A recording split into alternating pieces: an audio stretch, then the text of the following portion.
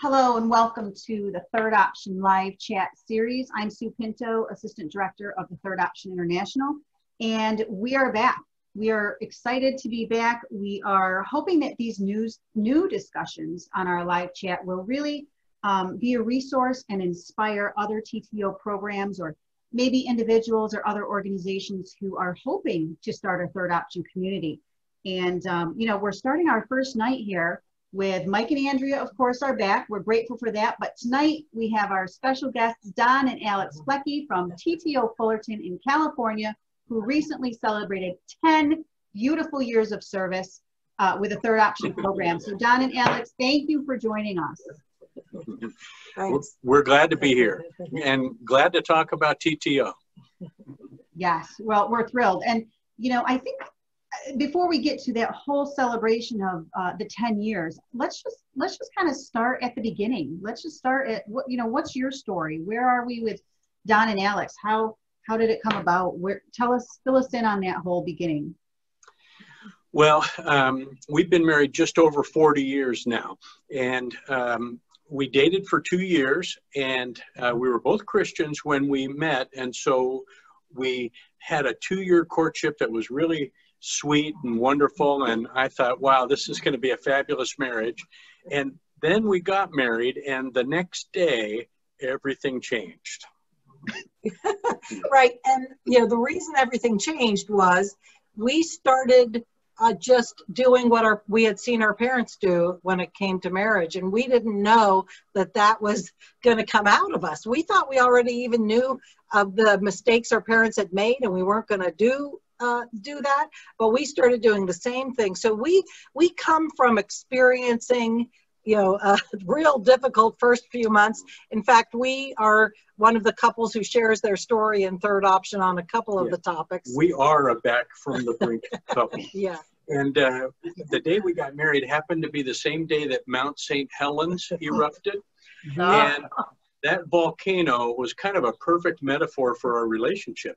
Before the eruption, it was a beautiful place, a park and forests and lakes and snow-capped mountain and incredibly beautiful.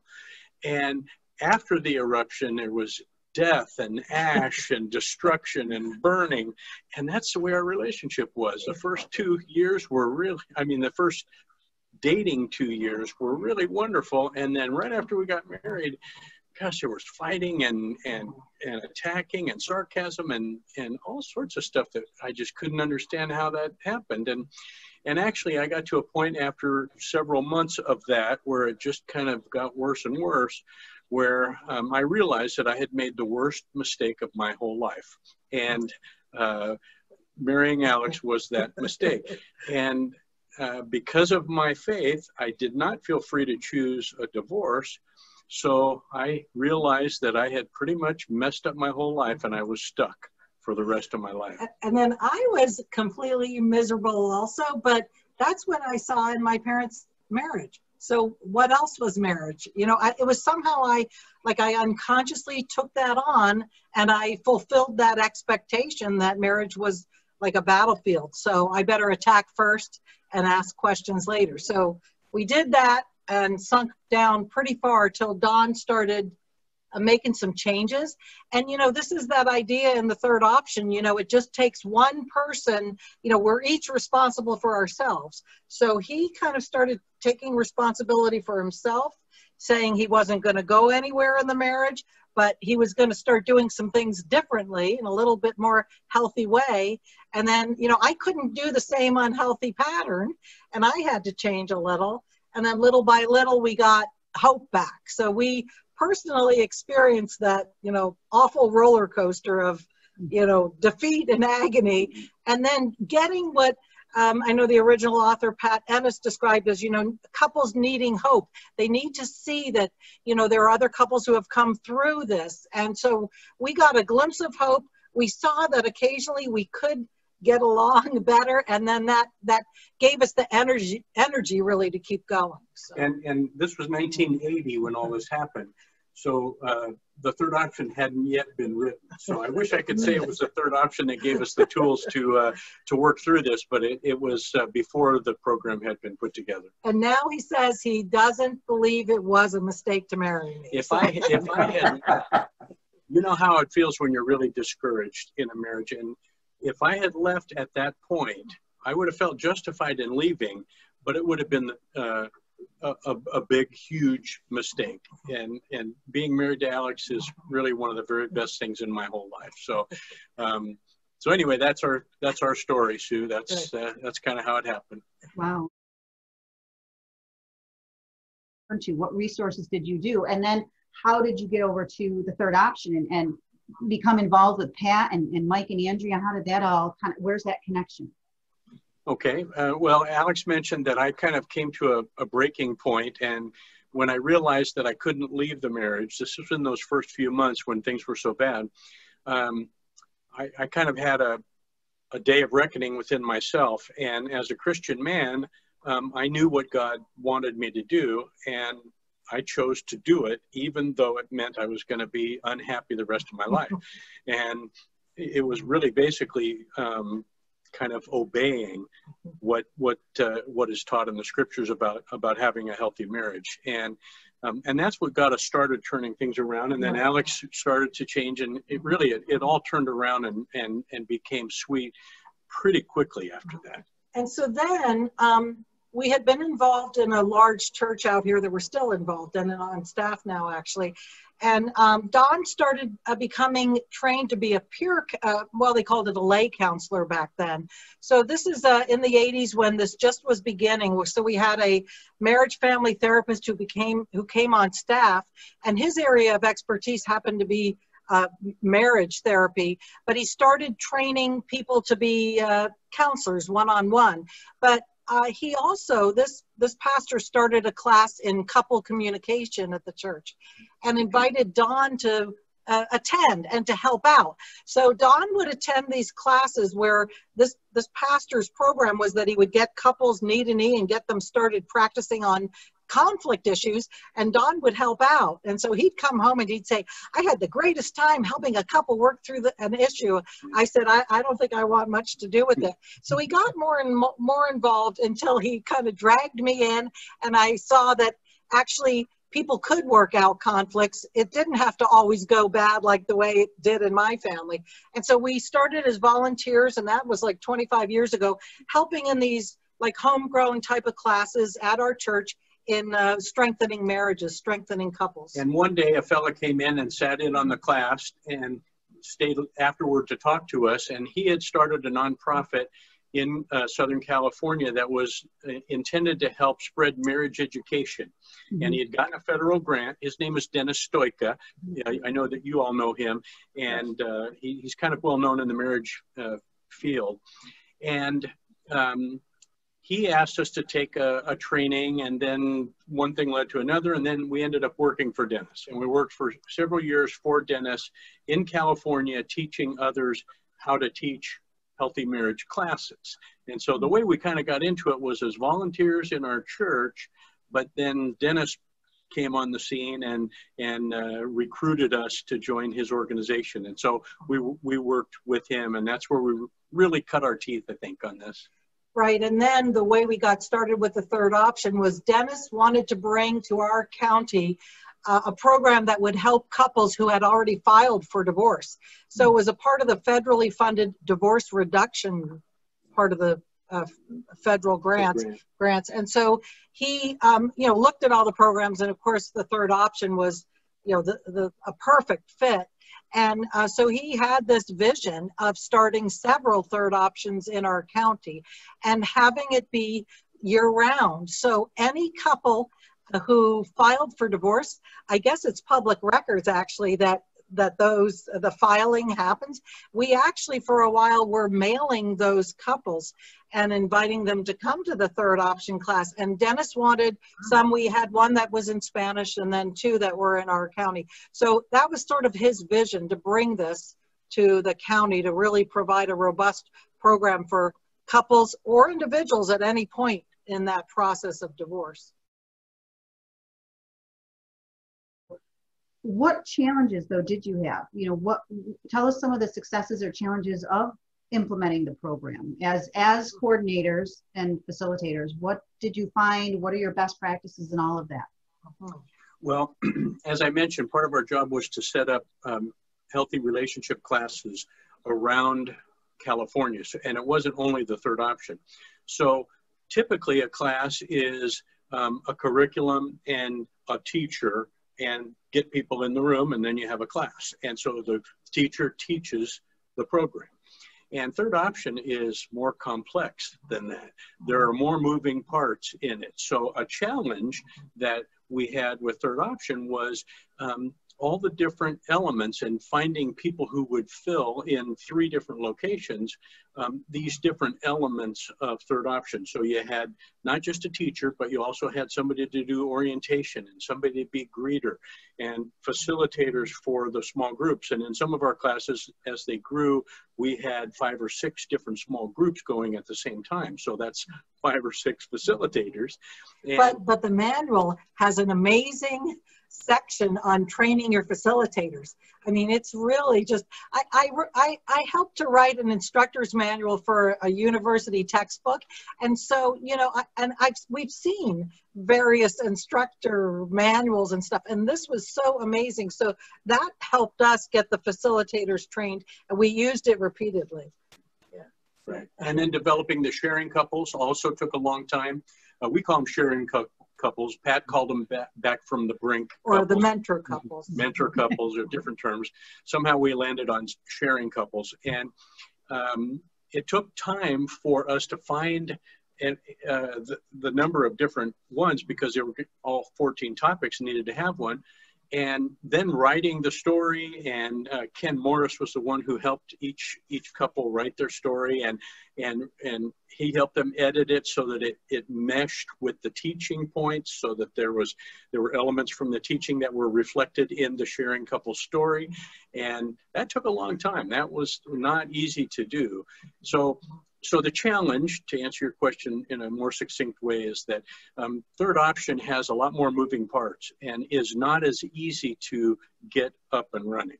And a class where somebody would just come and teach, that's a lot easier to do. You just have to get people in the room and have a teacher. So I don't want to interrupt you, but I want to say the counterpoint to that. The success of third option, and the reason why we are so bullish about third option, is that same point. A class where there's a teacher means that there's just lecture and people speaking. And the research shows that the change in behaviors when there's just lecture is very small. It's a low percentage of behavioral change. But third option isn't just teaching. It includes teaching, of course, but it also has the small groups together where there's accountability and there's confidentiality, and people can share and talk about things that are going on with them, that are painful, that are difficult. They hear from other people, so they think, oh gosh, I'm not the only one that has trouble. I'm not a screwed up bad person. Other people have trouble too. And so that element is included. And then you have the hope element, which comes from the sharing couples, where they talk about their stories like we do, and talk about their brokenness and how they were able to recover and change from that. So the third option is so much more complete than most classes, because it's not just teaching. It's got the hope element from the sharing couples and the small group element, the encouragement and the support that comes from that. Another thing that was there's a bit of a challenge, but we really like it, and we would consider it a success, is to when it was brought to Orange County, it was the secular version, Right. Without the faith content. Now, we always gave full freedom to a couple sharing their story, and people within their groups, they had full First Amendment rights, but we had to get the training from the nonprofit, because we were receiving federal money, about how to separate church and state. But what we found was that there have been wonderful opportunities for doing it this way. Now, we have some faith-based, our church offers some faith-based marriage programs, you know, biblical marriage, I mean, those things. But this was a program where we could feel comfortable inviting anybody in. And then when they come to the third option, sometimes there are announcements, and we have a resource table that we always set up when it's live. And on those resource tables and in the announcements, we talk about other programs. So for instance, Ken and Irma Morris developed their own weekend marriage retreat. And they are clear about saying it is a faith-based marriage retreat, and it's for a weekend, and it gets announced when they do it here and there. And so a couple, you know, hears about it in the third option and can take advantage of those things. And it has come to some really beautiful stories about couples. In fact, we had one man who attended alone for months. And, you know, very nice man. And you know, you don't ask a lot of questions if they're not in your small group anyway. And he attended. And then one day after a few months, his wife showed up. The two of them started attending. And I think at that point, maybe they did attend one Ken and Irma's like weekend retreat. But the next thing you know, there they are facilitating a small group. You know, they've recommitted in all sorts of ways, not just their marriage, but to their church, etc. So that kind of thing, you know, has happened many times. So that's been wonderful. Well, and when we, because of the federal funding, we were not using faith content. And when we brought that idea to our church to see if they would be open to it, our church loved it.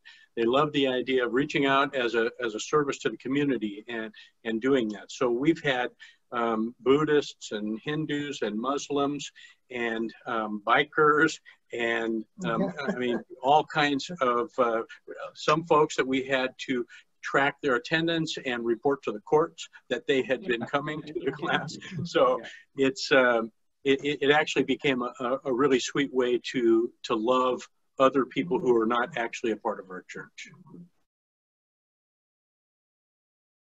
This isn't a class where all you need to do is get the book and teach it. There are moving parts to this. So you want to kind of be sure you have ways to provide the other people resources that you need to do the sharing and to do the orientation and the other different elements that go along with it. So I try to explain to them that the value of the third option is in its kind of multi-dimensional benefit, but that multi-dimension means more people, more work. It's a little harder to start up a third option program. Mike and Andrea, what about your thoughts in terms of that? You know, best advice to offer someone who is starting up? Well, I love listening to all this. I love Zoom and all the future. It's going to open up so much to be able to see and connect with people because, as everyone said up till this point, it's all about contact and person to person and what's in the heart and what people, when they're ready, can and do share with us that is good for them, but it's also what feeds us to keep us going and keep our sight on, I think, the important thing that I would say to people, and that is you have to have a heart for the hope and the heart to know that there's help. I know I'm not going to go into our story, but like you, there wasn't third option. We've been married 48 years. So we went through a lot of the hard stuff, you know, just gritting our teeth and thought we came through it all until we got into this whole thing, and it opened up volumes of things that we said, oh, I wished I knew that. I wished I knew that. And over the years, people have said that to us. Oh, I wished I knew this, you know, years ago. So I believe that connection is important. The hope is important. The one thing I would say to new community people, coordinators, facilitators, and mentor couples, as you said, it starts with a bond, trying to gather those leaders together and create a relationship there, practice with one another. You know, we're good guinea pigs. We can begin right there. And then we prayed, and we had no one for 3 whole sessions. We said, okay, God, you know, maybe we're not supposed to do this. But so prayer is important too, that your hope is still there. And I like to think the thing for me that was most helpful that I take away, and I still hope we can do, is always continue to be a good listener.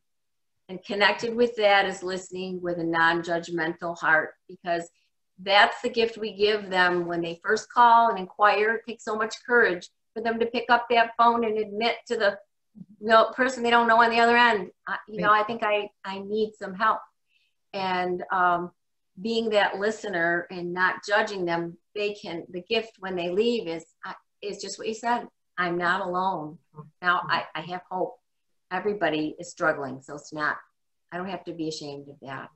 Yeah. Yeah, the beauty of third option is that we might know intellectually what the right answers are, but it's so hard to perform or do properly. But when you go to a third option session, we can just sit there. You can be in a terrible mood, but if you're listening and see the change that's taking place in those couples or individuals that are there, that does give us the hope to keep going forward. Because otherwise, we can't do it alone. I really think that's the most beautiful part of third option, that we all have a stake in each other's relationship. Not that we're going to tell them what to do or that we have all the answers, but when we can see the changes that take place and give encouragement to others and how much it affects us in a positive way, that's the beauty of the growth that takes place in the third option session. So that means a lot. Right. Can I add one thing? We had a really remarkable, wonderful discovery when this pandemic came up and we couldn't meet in person. So we scrambled, what are we going to do? And we landed on Zoom, and we started with these Zoom things, and it was really a hectic, frantic time trying to figure out how to do all this stuff. We hadn't done it before. And now we're so happy with Zoom, and the way the breakout rooms work are really excellent for putting each of the different small groups together where they have privacy during the first hour. And we've made the decision that even after we're allowed to meet in person again, we will keep the Zoom method of doing the program also. We're calling it a simulcast, where we'll have the in-person class in our city, Fullerton, and we'll also keep doing the Tuesday night Zoom call so that people anywhere don't have to come to Fullerton, but they can do third option through Zoom.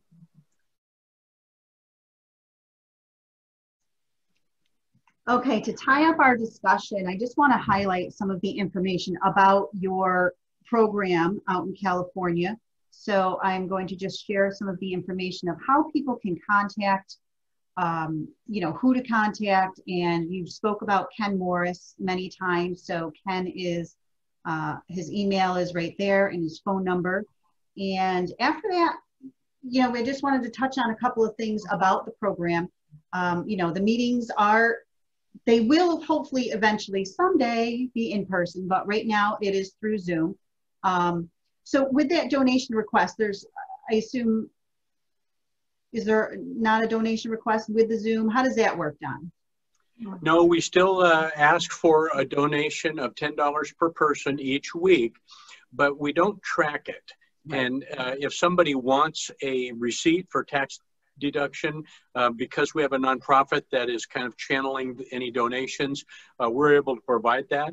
But anyone who can't or doesn't want to pay, we welcome them anyway. We don't track it or even ask for it. We just mention there's a box, or there's some methods to donate, and that's how we ask for the donation. Absolutely, absolutely. And that works. I mean, there are administrative costs, to run programs. So it's completely understandable, and yet it's very affordable. And if you can't do the $10 per person, you can go for free. And again, that's the beauty. You get so much for free or for $10. So social media, right. Your website, the third option, .com. I think I made a mistake there, so I'll have to fix that. But, no, it's right. OC stands for Orange County. Orange County. Orange County, that's right. And then you got it right. What is this Weebly? I've not heard of that before. We added Weebly for people to register for the class once we went virtual on Zoom. Of course, when we were meeting in person, when people came to the class, we'd talk to them and we'd have them fill out a registration and whatever. But because we're virtual now, we were concerned about Zoom bombing. We were afraid to just publicly give out the Zoom address and anybody could come and, you know, do embarrassing things and whatever. So, so Weebly is a way for a person or a couple to register for the third option virtual class. And then after they register, it automatically sends the Zoom link to them for that week's class. Oh, that's perfect. That's a great tip right there. Yeah, I like that. And then, of course, if anybody has any questions, whether it's individuals who want to set up the program or an organization, they can absolutely contact either you or Alex, and boy, you'll just be able to fill them in and walk them right through it, I bet. So right, yeah, we love talking to anybody interested about our experiences, and happy to. Well, and I'll just mention that here in Orange County, we have helped start 3 other third option programs in Orange County at other churches. We love the program, we've already said that, and others have heard about it and asked us how it worked, and so we said, hey, we'll help you get started. We share our resources with them. We go to their locations when we're meeting in person and tell our story, and we're happy to do that. And there have actually been several times where churches usually from other parts of the country have somehow gotten in contact with us, and we've given them the same kind of support and encouragement. So wonderful. I'd love it if there was 100 third option programs in every state. That would be great. Yeah, that would be wonderful. And this is, as we go into the next slide here, this is part of what our hope is at the Third Option International, that kind of mothership of the Third Option, is to, you know, we want to hear from you. We want to hear from people who are interested in just attending the program, whether you're in a hurting marriage or a hurting relationship, or if you're interested in maybe implementing this program somewhere. Please, our emails are right there on the page in front of you, and our Facebook page, our YouTube channel. We hope that we at the Third Option International can be a resource, and that these live chat series videos can be a resource to anybody who wants to start the program. You know, there's so much knowledge between Andrea and Mike and Don and Alex here, who have, I don't know how many years between you in this program, and then just life experience. So it's really valuable. We're thrilled to, again, have Mike and Andrea back with us for our live chat series. And Alex and Don, thank you so much. It's really been just a great, I feel like it's been a great conversation, and so many great tidbits in there about starting a program. And you know, it's hard work, as you said. It's a lot to do, a lot of moving parts, but it's very much worth it. And it's a great ministry, great outreach program to bring to the world, because it is necessary. And during the COVID, and Mike and Andrea, we know it was in the middle of what, March or May, I don't remember, April, where we're just like, that's it, we're going on live, we're just going to start talking about it, and because people were home, and it's needed. So yeah, yes, so thank you very much. Thanks for watching us, our YouTube channel. Subscribe and like it. Check out our Facebook page, and keep watching for more live chat conversations coming up. Everybody keep well. Thanks.